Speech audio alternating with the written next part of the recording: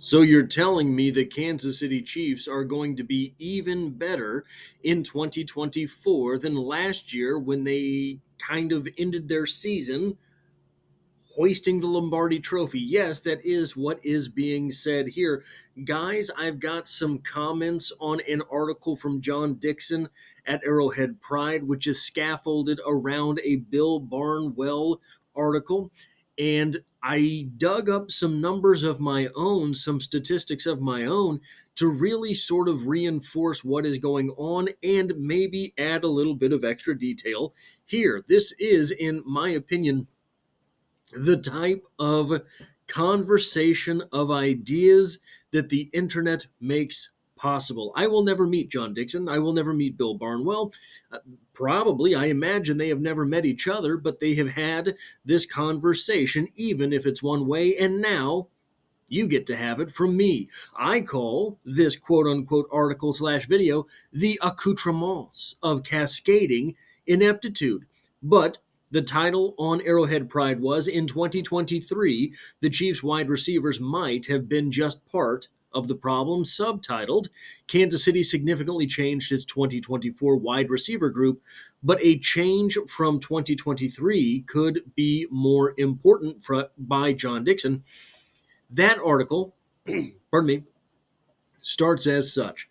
On Monday, ESPN's Bill Barnwell produced an article predicting the 5 NFL teams most likely to improve in 2024. His list included 4 teams you would expect to be on such a list: Los Angeles Chargers, 5-12 in 2023.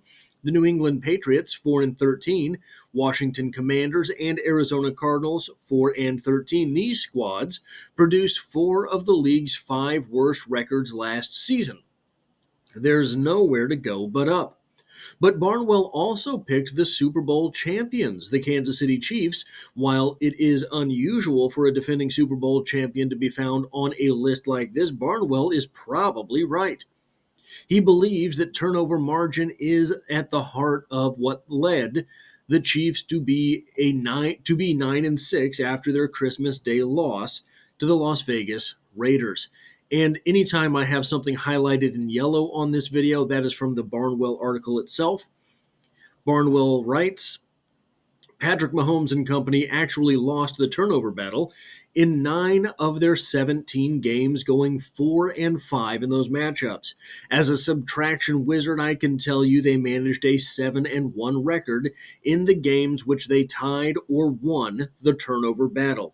They lost the turnover battle only once during their 4 playoff games, with that coming in their narrow road win over the Bills when Mecole Hardman fumbled away a would-be touchdown. With Mahomes under center, losing the turnover battle hadn't been a regular occurrence between 2018 and 2022. The Chiefs trailed their opponents in turnover margin 26 times, the 4th lowest rate for any team, and one that amounts to about 5 games per season. They went 15-11 in those games, which is a testament to how they can overcome mistakes. But they were 15-5 when they tied the opposing team in turnovers, and a whopping 34-2 when they posted a superior turnover margin. Dixon then comments on this. Here, Barnwell dances around the most critical piece of information. In games with a negative turnover margin from 2018 to 2022, no NFL team produced a better record than Kansas City. In fact, during that period, only the Chiefs have a winning record when losing the turnover battle. Now, here is the commentary that I want to add on this portion of this article. Are the Chiefs more or less likely to have more or fewer turnovers in 2023? I botched that completely. Are the Chiefs likely to have more or fewer turnovers in 2024? In 2023, here's where I'm getting into something here. Patrick Mahomes threw 14 interceptions last season. That was a career high. But if we're talking about the turnover battle, as we see here from John Dixon, that basically means turnover ratio. How many turnovers to how many touchdowns. That's more indicative. What turnover battle doesn't really mean that, but a more indicative stat for wins versus losses, which is what this portion of the article is getting to, is how many turnovers do you have versus how many touchdowns are you scoring. That is very, very vital information. Mahomes also threw the second fewest touchdowns of his career. So in the same season that he threw a career high interceptions, he basically threw a career low touchdowns. Mahomes had a 27-14 touchdown to interception ratio, which is a 1.92. The next worst season of his career was 2021, in which Mahomes threw 37 touchdowns and 13 interceptions, which is a 2.84 ratio. 37 to 13 versus 27 to 14. Wah, wah, wooey. I would have to say Mahomes is likely to improve on that number in 2023 for no other reason than the fact that that was an anomaly for him in his entire career as a starter. Throwing that few touchdowns and that many interceptions is rare for Patrick Mahomes, so I contest that he is likely to improve on that ratio. Moving forward, Dixon says Barnwell addressed something that wasn't a coin flip for Kansas City in 2023, drops by its wide receivers. Barnwell writes, Chiefs wideouts posted a 7.8 drop rate during the regular season, the worst rate for any team's wideouts in a season over the past decade. So we weren't imagining that. Compared with every other wide receiver room, from every other team over that stretch, Kansas City's drop rate was 3.5 standard deviations above the mean. The receivers were scandalously bad. And yet, during the postseason, things were better. Those same wideouts dropped just 3% of the passes thrown their direction, which was exactly the league average during the playoffs. Dixon tells us, according to Pro Football Reference's StatHead service, the Kansas City Chiefs wideouts had a drop rate of 8.7 during the regular season and 4.5 during the postseason, while the league's wide receivers averaged 4.5 during the regular season and 4.8 during the playoffs. But why? Interestingly, just one Kansas City wideout had a drop percentage lower than Marquez Valdes-Scantling's 7.1, Sky Moore.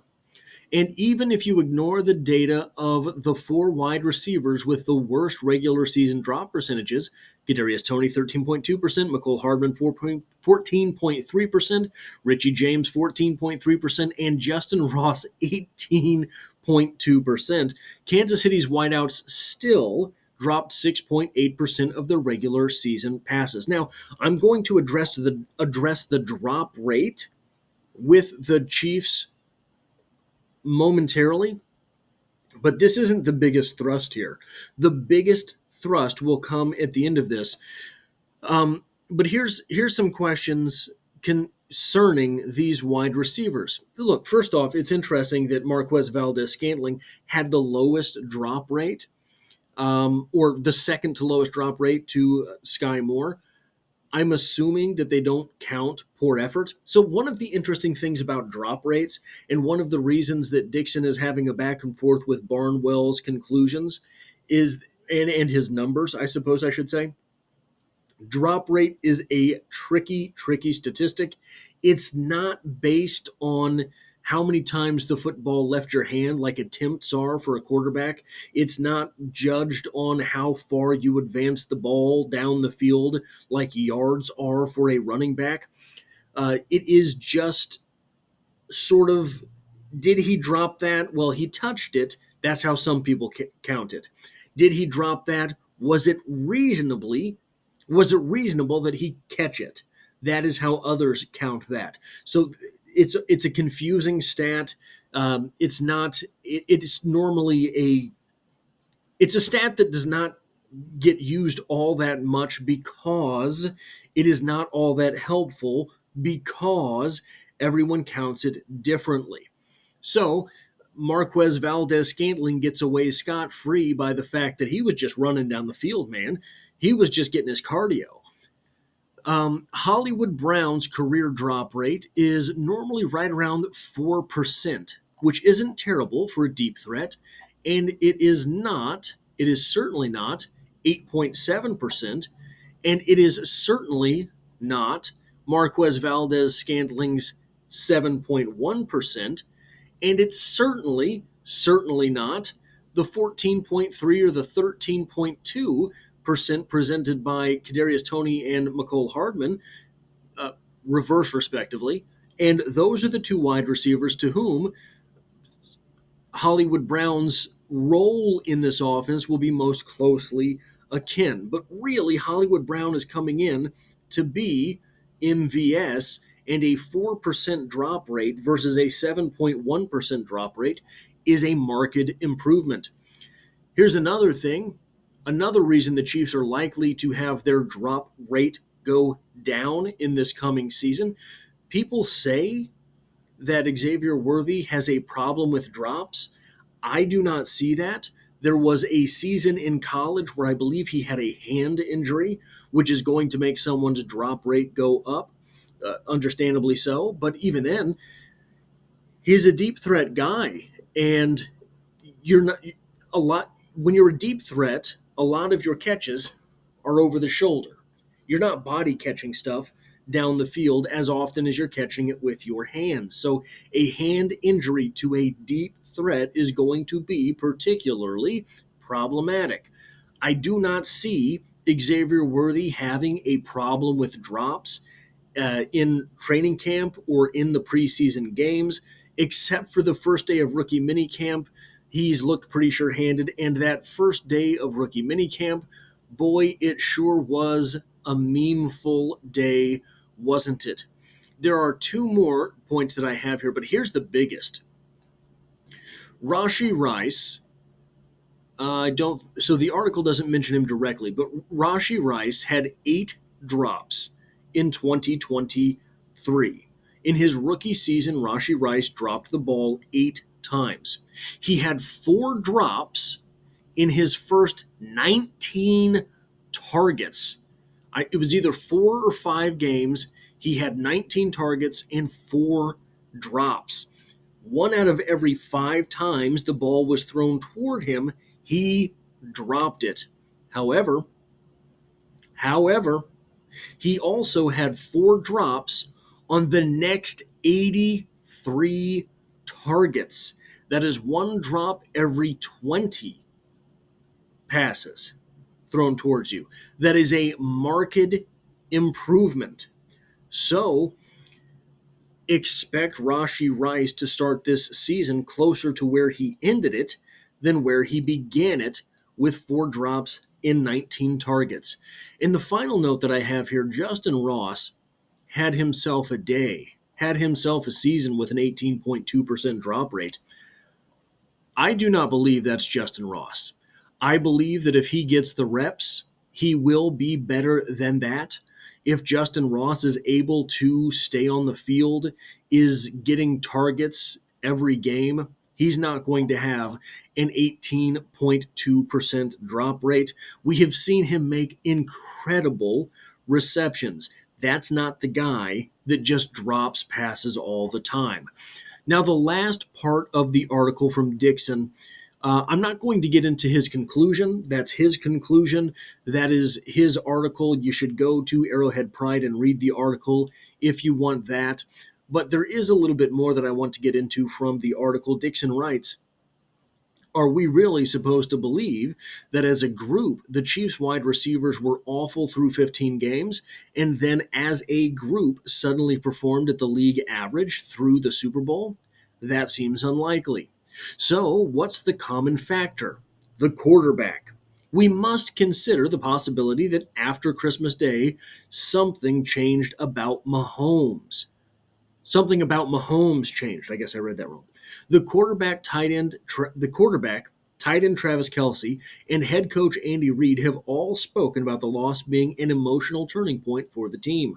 But would that have had such a dramatic effect on the wide receivers' drop rate? Isn't it more likely that the moment Mahomes or his coaches changed something else, could they have adjusted how he was throwing the ball, surveying the field, or working in the pocket? I think that is all a red herring. I think there's actually something else going on there. Let me tell you what I think part of this is. There's Patrick Mahomes, there's Petty LaVon, and there's playoff Patty. Patrick Mahomes is the non-rivalry regular season quarterback. Petty LaVon is the guy who plays versus the Bengals. Petty LaVon is the guy who's going to play the Raiders this season with their Kermit doll. That's Petty LaVon. Then there's playoff Patty. So here's the thing between those three. Patrick Mahomes, the non-rivalry regular season quarterback, is throwing the football. It's leaving his hand. He's going to throw the ball. Once the playoffs start and Patrick Mahomes has to morph into playoff Patty, he won't be forcing the same throws. He'll be running the football. Forced throws are more likely to be lower quality passes into higher traffic targets. Those are passes more likely, infinitely more likely to be dropped. That is what I think was a large contributing factor to the marked difference that we saw between the playoffs and the regular season. In the playoffs, Patrick Mahomes saw a look he didn't like. He tucked the ball and he ran. Something he doesn't want to do during the regular season. Something we don't want him to do during the regular season because it makes him more likely to get injured. Simply throwing the ball into coverage during the regular season instead of taking off and running is going to make the percentage of drops go up. Once the playoffs hit, not only was Patrick Mahomes willing to say, I'll just run it and run the ball, but then once that starts, you're not getting tight man coverage. You're getting more zone.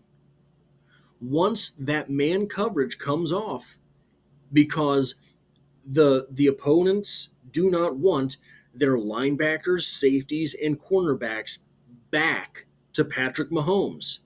Everybody's running downfield. Nobody's looking at Patrick Mahomes. He'll just tuck it and run. You want an eye on the quarterback in that scenario. So you're playing more zone. More zone allows more opportunity. Patrick Mahomes knows how to read zone. Patrick Mahomes knows where to throw the ball into zone so that there is no coverage there. There are gaps in coverage. That's how it works. And he knows that. He can take advantage of it. Further, he has tools like, maybe I shouldn't call Travis Kelce a tool, but it's all over the news, right? But Travis Kelce knows as well how to read zone. So he's getting himself into favorable situations that are easier throws and easier catches. I don't know the percentage of drops that Travis Kelce went through during the regular season versus the playoffs. I guarantee you he dropped fewer passes in the playoffs. He always has some concentration drops. That's just Travis Kelce. Always has been, always will be. But I guarantee you that number went down once the playoffs started. Here's another thing. We talked about the Rashee Rice dropping 4 of his first 19 targets. Then he went on to drop 4 of his remaining 83 targets during the regular season. By the time he was being targeted those 83 times, he was one of the favored targets. He was one of Patrick Mahomes' favorite players to throw the ball to. Now, once the playoffs start, and he knows he has to have a first down or risk going home for the holidays or risk going home during the playoffs, something Patrick Mahomes doesn't do very often. He will rely more heavily on that trusted target. And we all know for some reason, and I've been rewatching some of the playoff run recently in order to see what I can try to get out of that, because that was when the Chiefs really turned things on. For some reason, you remember it, Marquez Valdez-Scantling was good for one golden reception each playoff game until he caught the ball and ran backwards for 13 yards in the Super Bowl. I don't know if it was 13. I can't remember what it was, but it was ridiculous. It was the most ridiculous thing I've ever seen a wide receiver do in my entire life. Anyway, once Patrick Mahomes started picking higher quality targets, once Patrick Mahomes changed the way teams were playing defense because he was willing to run the ball, and once Patrick Mahomes was willing to just run the ball and not force a throw, those drops went down drastically. Add into that drop factory, Kadarius Toney played less and less as the season went on. And all of a sudden, by the time the playoffs get there, this was a completely different offense. I don't think it had anything to do with Patrick Mahomes getting coached differently. I don't think it had anything to do with the Christmas Day game. I think, frankly, they kind of didn't look much different after that Christmas Day game than they did during the middle of the season. Not to me. I thought that it was pretty much the same team until the playoffs started. At that point, everything was different for this team. And they wheedled their way through a Super Bowl victory. Will that be more or less difficult this season? Well, the article from Barnwell is making the case that the Kansas City Chiefs will be better in 2024 than in 2023. The article from Dixon, which is scaffolded around the article from Barnwell, seems to be reinforcing those points, maybe raising a couple other questions like at the end here, but basically reinforcing those same points. And here, the commentary that I have provided, I've tried to make the case even more compelling that this is going to be a much better team start to finish than it was in 2023. Start to finish, top to bottom, 1 through 53, it looks to me like an improved team. Yes, they lost L'Jarius Sneed. Yes, they lost Willie Gay. Those are losses that are going to hurt. But this offense was absolutely repugnant at times last year, and I don't think they're going to have much trouble moving the ball this season. I feel safe in saying that. You don't want to go all the way and say they're going to be a scoring machine. I don't know that yet. But I don't think they're going to have any trouble moving the ball. The left tackle situation with Kingsley Suamataia seems to be taken care of. Now, the right tackle position with Jawaan Taylor may or may not be upgraded from last season. We may or may not see a different guy in Jawaan Taylor, though Jawaan Taylor last year was serviceable once the play began, right? A lot of that stuff that happened was as the play started and was probably whistled dead.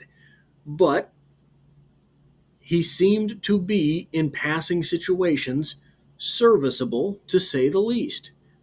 So, assuming that Kingsley Suamataia is as good or better than Donovan Smith was last season, and I think we have the evidence to say that he will be much improved in the running game, and I think he will be serviceable in the passing game.